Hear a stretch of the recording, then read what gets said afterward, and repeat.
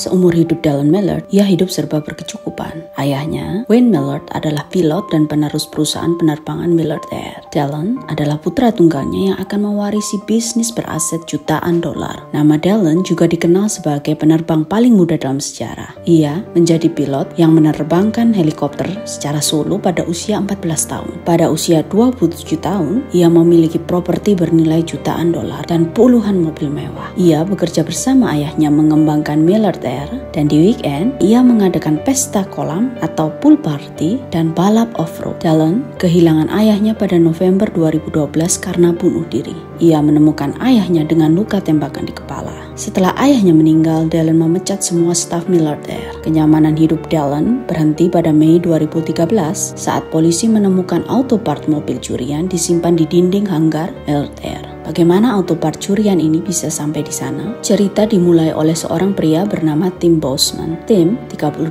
tahun, ayah seorang putri berusia 2 tahun yang mengalami kesulitan keuangan. Cara tercepat mendapatkan uang tambahan, ia memutuskan menjual truk kesayangannya Dodge 3500. Iklan online dipilihnya untuk mempercepat proses penjualan. Tak lama, seorang calon pembeli mengatakan ia berminat untuk membeli. Tapi sebelumnya, ia berencana melakukan test drive. Tim menyetujuinya dan pada 6 Mei 2013, 2 orang calon pembeli mendatangi Tim di rumahnya dan mereka melakukan test drive. Sebelum pergi, Tim bertanya pada istrinya apakah dia harus ikut bersama calon pembeli untuk test drive. Jawaban logis tentu saja ia harus mengikuti mereka, mencegah calon pembeli membawa kabur mobil mereka. Jawaban itu yang keluar dari mulut istrinya, dan Tim pergi bersama calon pembeli tapi tidak pernah kembali pulang. Istrinya yang ratusan kali mengirim SMS dan voicemail tapi tidak pernah mendapatkan jawaban melaporkan kalau suaminya hilang. I ask, and I beg, and I plead to whomever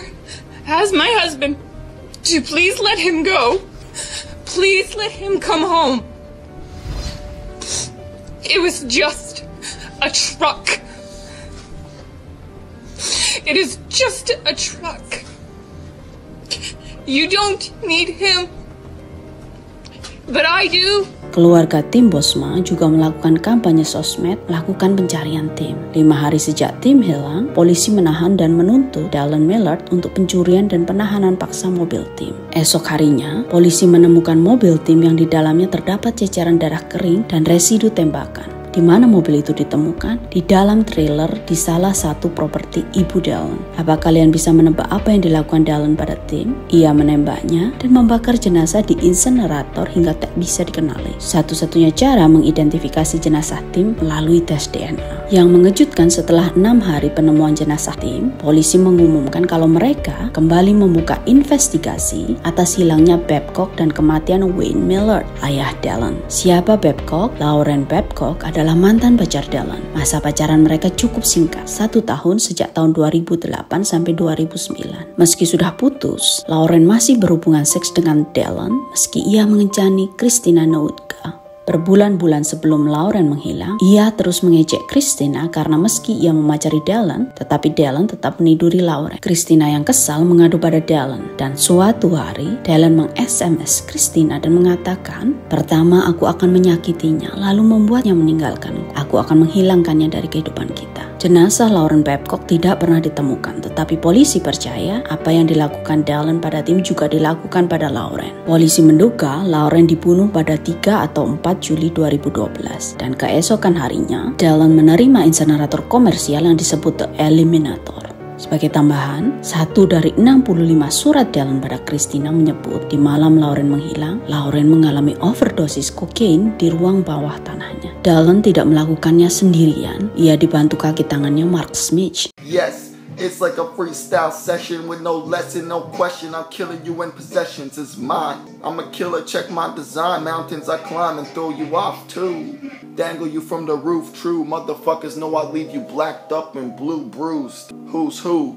Blues Clues. Tell the cops anything, then you die on the news. Peace, bitch. You're deceased, kid. Fuck with me, say 10. the genius. Smith yang berasal dari keluarga ekonomi menengah mendapatkan uangnya dari berjualan narkoba. Meski ditinggali warisan jutaan dolar, Dallin ternyata memiliki hobi mencuri barang-barang untuk bersenang-senang. Sejak dituntut pembunuhan, aset jutaan dolar miliknya dibekukan. Dibukanya kembali investigasi kematian ayah Dallin, Wayne Millard, menguak masalah internal keluarga Millard. Ternyata hubungan harmonis antara Dallin dan ayahnya hanyalah topeng yang mereka pakai saat berada di depan publik. Ayah Dallin kesal dengan pengeluaran Dallin yang ekstra mewah. Sementara ia enggan terlibat di bisnis keluarga mereka yang baru, bisnis perawatan dan bengkel pesawat. Wayne mengancam Dallin menghapusnya dari surat wasiat. Pengakuan Dallin yang mengatakan ia berada di rumah Smith saat ayahnya meninggal ternyata berbohong, karena catatan telepon menunjukkan kalau ia kembali ke rumah ayahnya berjam-jam sebelum ayahnya ditemukan mati, dan setelah menemukan ayahnya meninggal, ia justru menelpon ibunya yang sudah bercerai 10 tahun, bukannya polisi.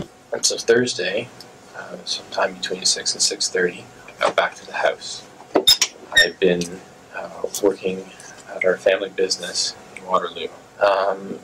I came in through the side door. That's the door most everybody uses in the house. And I opened up the next door, which leads to the cat area of the house. It's the door from the kitchen to the hallway. And then my dog Pedo was waiting for me there. And I walked down the hallway, and I walked to my room, and I picked a sweater out of the closet. It had been a cold day, and then I was on my way back to the kitchen to make a snack, and I noticed that my father seemed to still be asleep in bed, which was odd because it was late in the afternoon, and something didn't really seem right about the way he was laying. He was laying very stilly, and then I walked into the room, and I saw blood on the pillow, and for a moment I had to leave the room. I actually went back to my room and got out my phone, and I walked back into my dad's room, and I called my mother, and I told her what I was seeing. I literally said, I'm standing in my dad's room, and there's blood all over his pillow, and I stayed on the phone with her for a while. I went out to the front, I left the room, I paced in the front driveway, I stayed with her on the phone for a while, and I tried to get her to take a taxi, but she insisted she drive out, and